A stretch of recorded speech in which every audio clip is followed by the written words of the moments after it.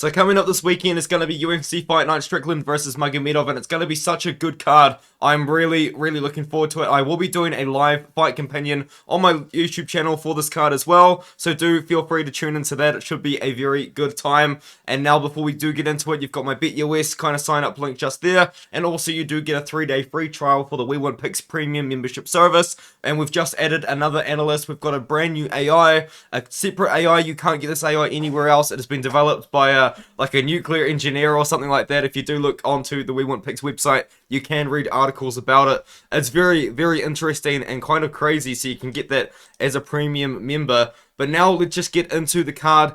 Guram Kutateladze taking on Elves Brener to start off the card.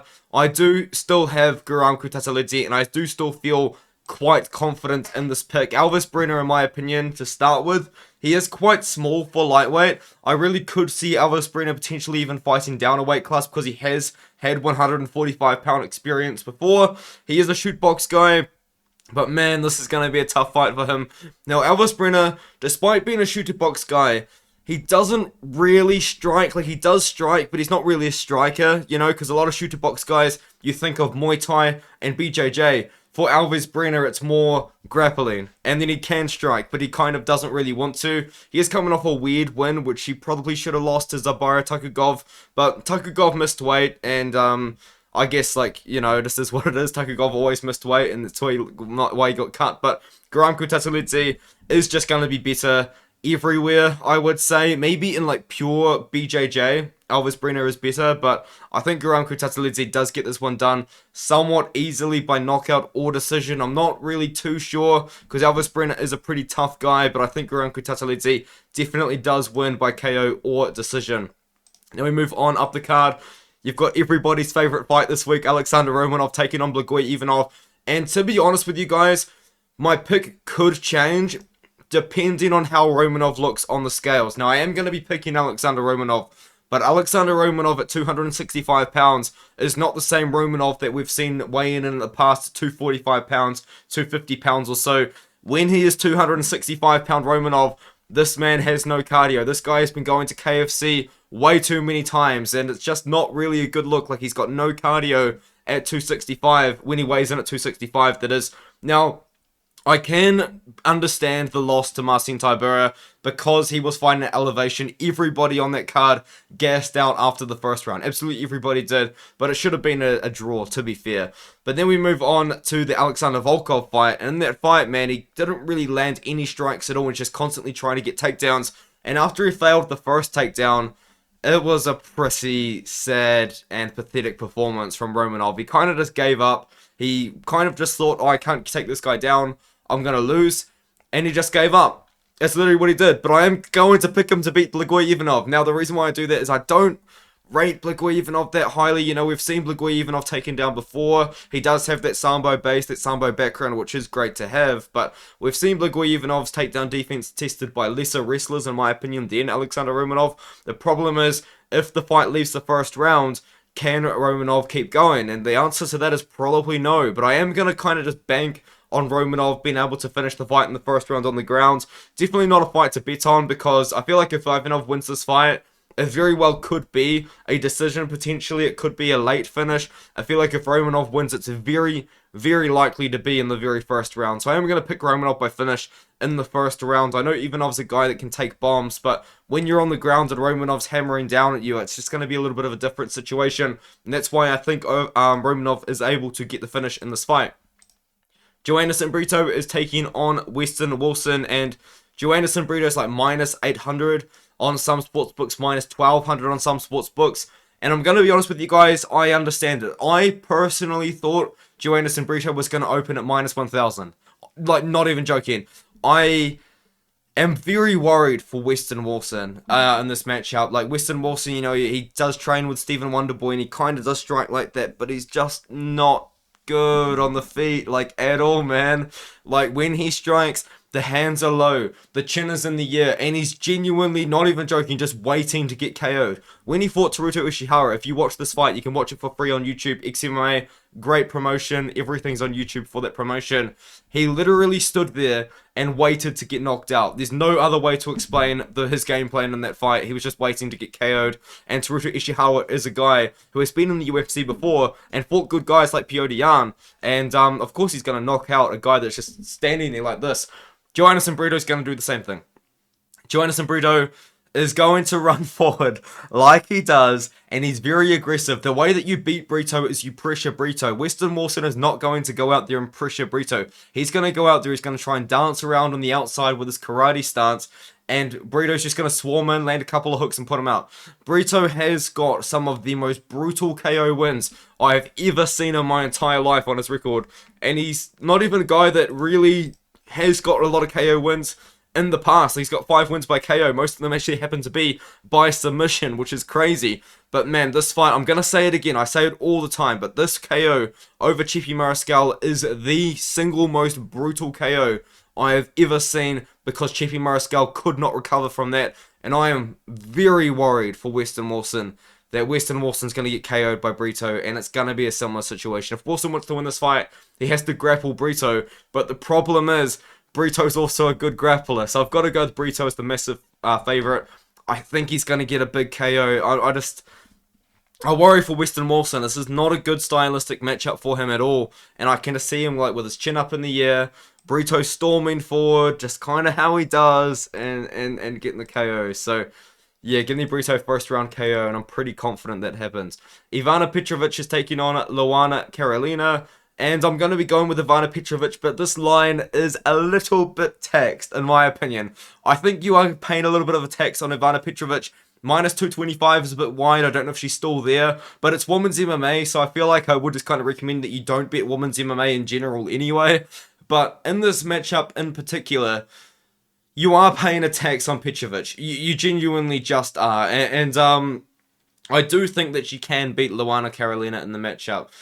The problem is, though, Luana Carolina is going to be the much, much better striker. Like, I think on the feet, it's going to be almost not even close, because Luana Carolina, you know, former Muay Thai, Brazilian Muay Thai champion, right? And 2 times over, I believe, as well. She won it 2 years in a row, to my knowledge, anyway. But Ivana Petrovic, her striking's not very good, and her grappling is where she gets it done. She's a wrestler and she's a grappler. I've seen Petrovic get taken down before, but Luana Carolina's not going to go and try and take down Ivana Petrovic. So I think it's going to be Ivana Petrovic trying to get the fight down to the ground and are trying to submit Luana Carolina. If you are picking Ivana Petrovic, you are expecting her to get a wrestling going and get a takedown. If you're picking Luana Carolina, you're trusting that takedown defense, and she's just going to pick apart Ivana Petrovic on the feet. I am going to go with Petrovic. I do think she can take down Luana Carolina. We've seen Luana Carolina getting taken down by previous girls in the UFC before. I think Molly McCann even got her down. You know, there's just fighters in the UFC that I think have taken down Luana Carolina. I think Petrovic can do the same thing, but it's hard to tell how good Petrovic really is, because a lot of these fights she has had are a little bit too close, you know, but I'm going to go with her by submission. I think she can get it done in this matchup. And now we move on up the card to Yana Santos versus Karol Rosa. And I am going to be going with Karol Rosa here. This isn't the most confident pick in the world. I'm seeing too many people picking Yana Santos, in my opinion. I'm not sold on Yana Santos. Now, Yana Santos at one point was a very good fighter, but I feel like she's just, like, no disrespect to her, but I really do feel like she's kind of fallen off a little bit. The Yana Santos that fought the Holly Holm wasn't the same fighter that fought Ketlen Vieira 2 years ago, you know what I mean? I guess against Irene Aldana, you can't really blame her too much, because she did get finished in the very first round, but before that, she was looking pretty good, and then she took on Holly Holm, and she just honestly looked really bad. And Karol Rosa is taking this fight on short notice, to my knowledge, as well. But, you know, she's decent. She's well-rounded. You can tell I'm really excited for this fight, can't you? Yeah, Yana Santos and Karol Rosa are both well-rounded. They both can strike. They both can wrestle and grapple. I'm going to go Karol Rosa. But the thing about Karol Rosa is Karol Rosa genuinely might have some of the worst fight IQ in the UFC. Like, she dropped Norma Dumont, I believe, in the 3rd round, and then proceeded to just hold her up against the cage. and Normand Dumont was winning the grappling exchanges, so the clinch exchanges in the fight prior to her doing that. She took down Melissa Gatto on the regional scene, got submitted doing that. Like, Karol Rosa's bad fight IQ. You can't really trust her, but I'm going to pick her to win by decision. And now we can finally move on to a fight that I am very hyped for.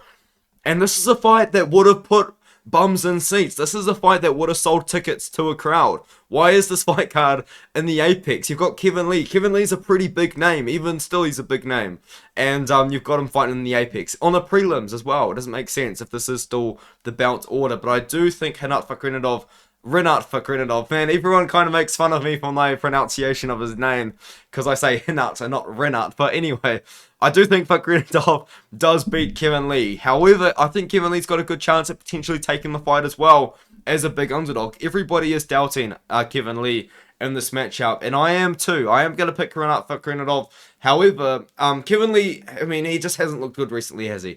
He looked really bad against Diego Sanchez because he suffered a knee injury, I believe, in the first round. And Sanchez kind of just kicked his legs the whole time and kind of won that way. He didn't look good against D-Rod. Didn't look good against Charles Oliveira. I mean, he knocked out Gregor Gillespie. That was almost 4 years ago, man. Kevin Lee, we just haven't seen Kevin Lee really have a lot of success. But if he wants to beat Rinat Fakhretdinov, I think Kevin Lee actually has to take him down. I think Kevin Lee has to go for takedowns against Rinat, because Rinat is a guy that he's going to try and take you down. He's going to try and control on top. And when he does, he's going to be very, very dominant on top. And Kevin Lee doesn't really want that to happen. I know Kevin Lee does have good wrestling. I know Kevin Lee does have good grappling. And he could surprise us. But the thing is, at 170 pounds, I think he is a little bit undersized. You know what I mean? Like, Kevin Lee, he struggled a lot making 155 pounds. He missed weight a couple of times. And now he's at 170. But I think he's too small for 170. Unless he's put on a little bit of weight in between fights, maybe that could be a different story. But Rinat Fakhretdinov before in the middleweight, a guy that's fought at middleweight for a lot of his previous career prior to the UFC. And he's a big guy for 170. He's not like super big for 170, but he's going to be bigger than Kevin Lee in the matchup. And I just think Rinat Fakhretdinov, even if Kevin Lee goes for takedowns, I think Rinat Fakhretdinov will be able to reverse them and end up on top. However, this is a big fight. This is a big opportunity for Kevin Lee to really make a big comeback and really let the welterweight division know that he's here, that he's coming. Let the fans know that Kevin Lee is back. You know, Kevin Lee's a guy that you can keep your eye on. You know, you can get your eye on Kevin Lee again. But I'm going to go Fakhretdinov. I'm going to go Fakhretdinov by decision in this matchup. And now we move on to a fight which I would be incredibly surprised if this fight went the distance. You know, Bruno Ferreira is a guy that I believe is 10-0 with 9 wins in the first round and then 1 win in the second round. So he's just finishing everybody. And Nursulton Ruziboev has got 34 wins. And I think 2 wins by decision. This guy's got 34 wins, 35 wins, depending on what your source is for his record. And 33 or 32 wins inside the distance. It's absolutely unreal, and most of them in the first round as well. It is crazy how much finishes this guy does have. Now, the thing is, he hasn't really fought the best level of competition. However, it's not entirely his fault, because a lot of these matchups that he has been booked against are short notice replacements. Like this guy here, Pavel Masalaki, who's 12-12, was a short notice replacement for a much better opponent in Kleber Souza, who was 31-13. However, at the time, you know, Nursulton Ruziboev was 33-8. So it's not that bad of a matchup. But you guys can kind of understand what I mean. A lot of these guys that he's beating are short notice replacements for much better competition that he was meant to fight. However, you know, at times he's looked good, at times he's looked not so good. I am going to pick Ruziboev in the matchup, though, because I do believe he's going to go out there and try and get takedowns against Bruno Ferreira. I think if he messes around on the feet, I think he's going to be in trouble. You know, Bruno Ferreira, he's a brawler, but he's a pretty patient brawler. You know, I actually do think that Bruno Ferreira has most of his success when he's running forward and just throwing hooks and being aggressive than the patient Bruno Ferreira that we did kind of see against Gregory Rodriguez. Because Gregory Rodriguez was winning that fight until Bruno Ferreira kind of threw the very interesting left that ended up KOing him. But I think on the feet, Bruno Ferreira might even just be the better striker in general. You know, Nursulton Ruziboev, you know, he's not the best striker in the world, but what he is pretty good at doing is wrestling and grappling. And I think he's not going to mess around against Bruno Ferreira. I think he's going to try and wrestle and grapple against Bruno Ferreira. Ruziboev is also massive. You know, this guy has fought at welterweight a bunch, but he's 6'4". He's a pretty big dude. He does have pretty thin legs, which is odd, but he's a massive guy, massive upper body. I can see him muscling Bruno Ferreira down to the ground. He's been training with pretty good guys over in the USA as well. He's been preparing for this matchup. He's a very popular fighter as well. He's got like 1.3 million Instagram followers, which is ridiculous. And they're not like, I don't think they're fake, because he gets like hundreds of comments on his posts. It's crazy. But anyway, I'm gonna pick Ruziboev by submission in this matchup. I think he gets it done in the first or the second round. However, if Bruno Ferreira wins in the first round by KO, I would not be surprised. This is a low confidence pick on Ruziboev. I just kind of like his fighting style against Bruno Ferreira, with the way that he's always kind of going for takedowns. I think he can get them against Ferreira as well, and that's why I go with it. But however, if Bruno Ferreira did manage to defend the takedowns, he's going to win by KO. So it's kind of just one of those fights where, do you think Ruziboev can get Bruno Ferreira down? If you do, then Ruziboev is probably going to win. However, if you don't, then Ferreira is probably going to win. So it kind of is like that.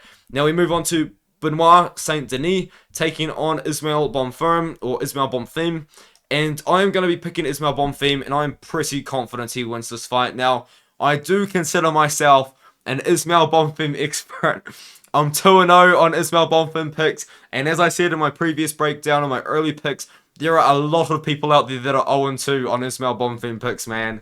And as I just said, like these guys that have picked against Ismael Bonfim in both of his matchups did not watch the tape. Ismael Bonfim, I looked into it. He has I believe it's an amateur national title. His brother has a professional national title in boxing, but Ismael Bonfim has a national boxing title as an amateur, to my knowledge anyway.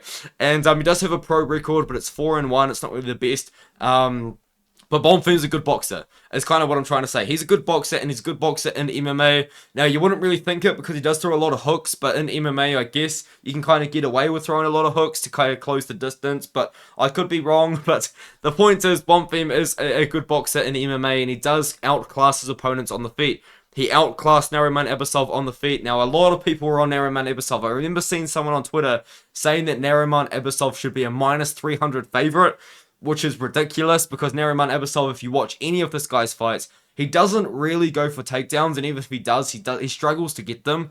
And the way that he strikes is hooks and overhands only. Of course, Ismael Bonfim is going to go out there and outclass him for 3 rounds, and that's exactly what he did. And then when he took on Terence McKinney, it's kind of the same thing again. Terence McKinney is a sloppy striker. He leaves himself open. And what happened? Ismael Bonfim completely outclassed him on the feet. Terence McKinney was throwing himself off balance, looking like he had absolutely no idea what he was doing in there with Bonfim. And Bonfim ended up setting up the craziest flying knee that we have seen in recent UFC history, and put McKinney out badly too. And I think he's going to have a lot of success on the feet against Benoit Saint-Denis. Benoit Saint-Denis is a fantastic grappler, but he's a good wrestler as well, but he's not the best wrestler in the world.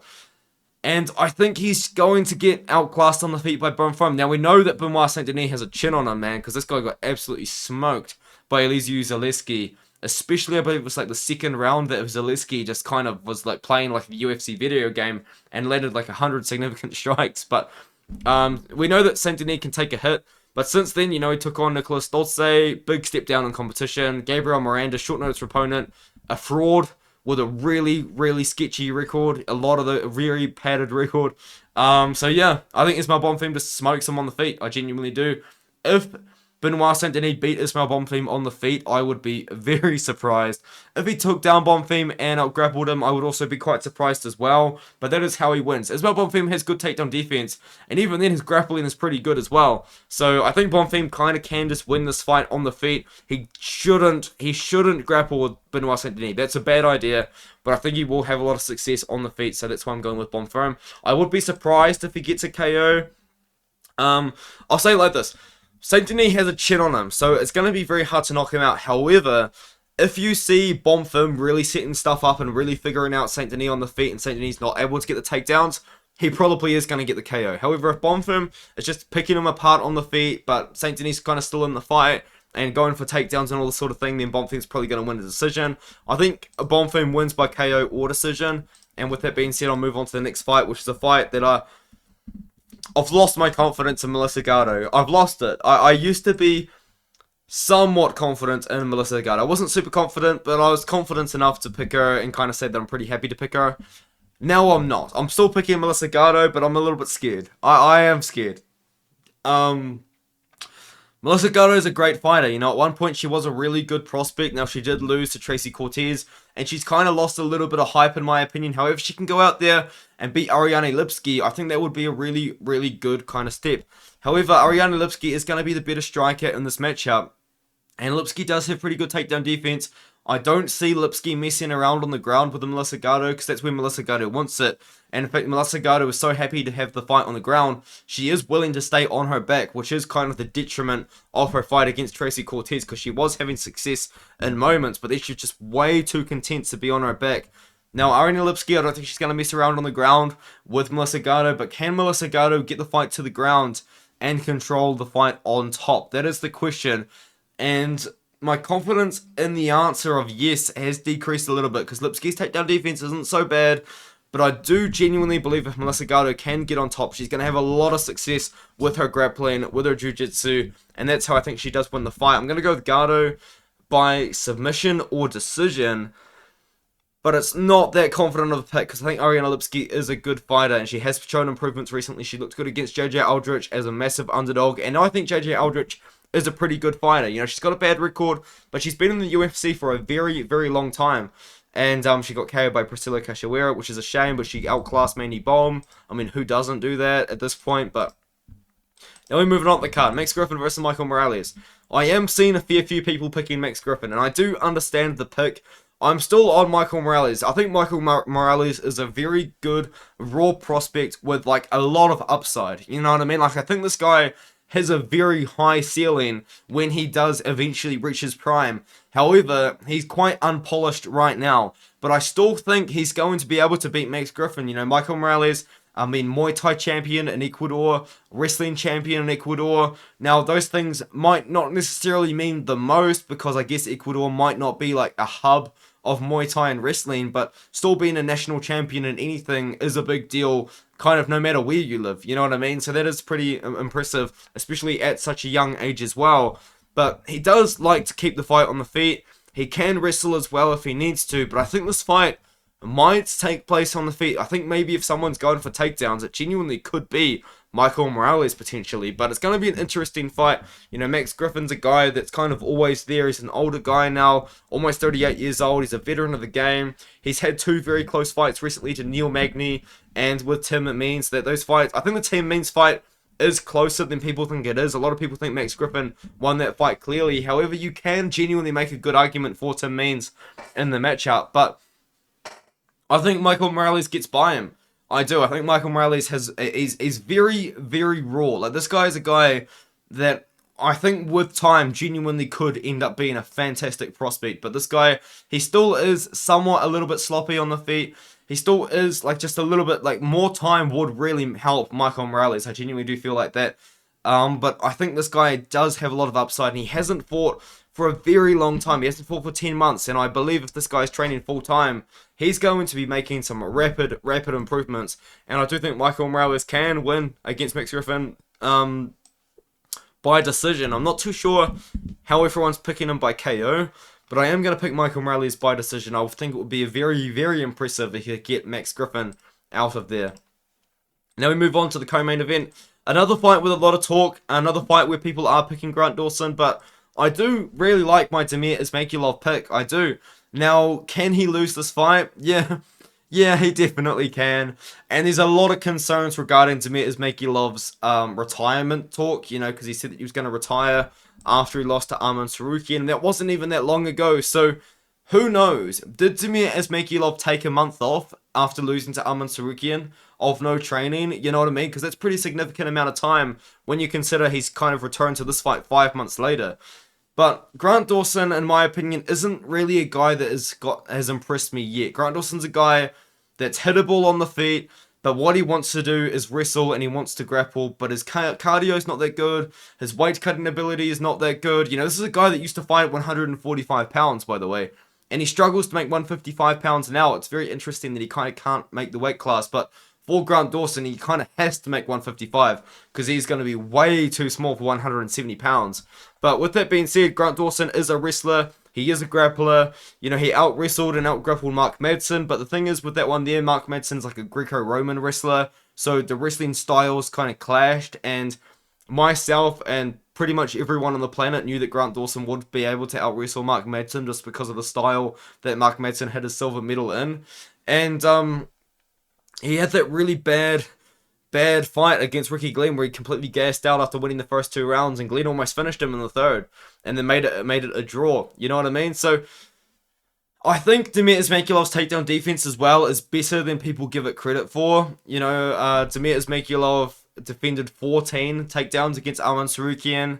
Arman Tsarukyan shot for 21 takedowns, got 7 of them, and because he got 7 takedowns, that meant even if he was able to get Damir Ismailov down, Damir Ismailov still managed to stand up. He still managed to get up. He just wasn't able to get Arman Tsarukyan off him, and he just wasn't able to get to space. But I think against Grant Dawson, he is going to be able to get away with maybe potentially getting into space. And into space is where he's going to have a lot of success in this fight.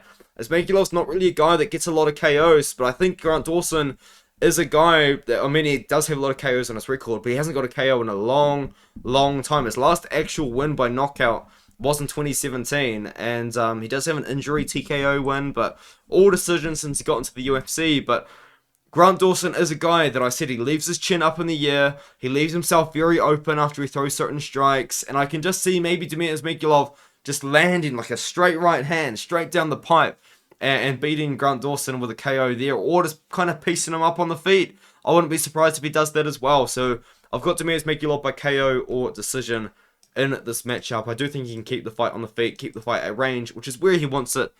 And now we move on to the main event.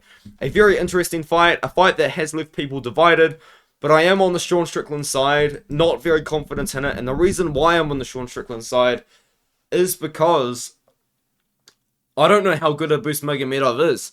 And I don't think anyone knows how good Abus Magomedov is, because Abus Magomedov has fought 20 seconds of MMA in 2.5 years.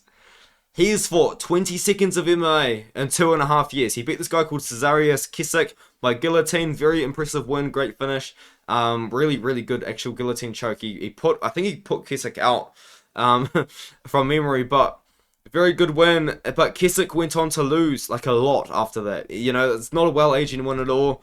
And then he took on Dustin Stoltzfus, knocked him out in 19 seconds. And it's the only 19 seconds of MMA we have seen from the Abus Magomedov in 2.5 years. So how good is Abus Magomedov really? It's not like we got to see him go 3 rounds with Dustin Stoltzfus and we can make a judgment then. He just knocked him out in 19 seconds. We don't know how good this guy is. We don't know if this guy is good enough to beat Sean Strickland. Maybe he is. Maybe he is. But we don't know that. And another thing that we don't know is how good his cardio is, because this guy doesn't go the distance ever, pretty much. You know, most of his wins are very early on. You know, his last 3 wins, have been in the first 2 rounds. Last time he went the distance was in 2018, and that was 3 rounds, not 5. There's just so many questions, man. So many questions to be had about Abus Magomedov that I cannot answer. However, I could answer these after this fight. But because I don't know how good Abus Magomedov is, I just have no evidence on how good he is, really. So that's why I'm going to go with Sean Strickland. Because I know how good Sean Strickland is. I know Sean Strickland is good enough to beat most of the guys in the top 15 of middleweight. I know he's good enough to beat a lot of the guys in the top 10 of middleweight as well. I don't know if Abus Magomedov is that level. And I can't tell you that based off fights that are 4 years old. You know what I mean? So that's kind of why I've got Sean Strickland in this fight. By decision. Maybe if he finishes the fight, it's very late, because we don't know how good Abus's cardio is. But if Abus wins, it's by first round knockout. So that's how he gets it done.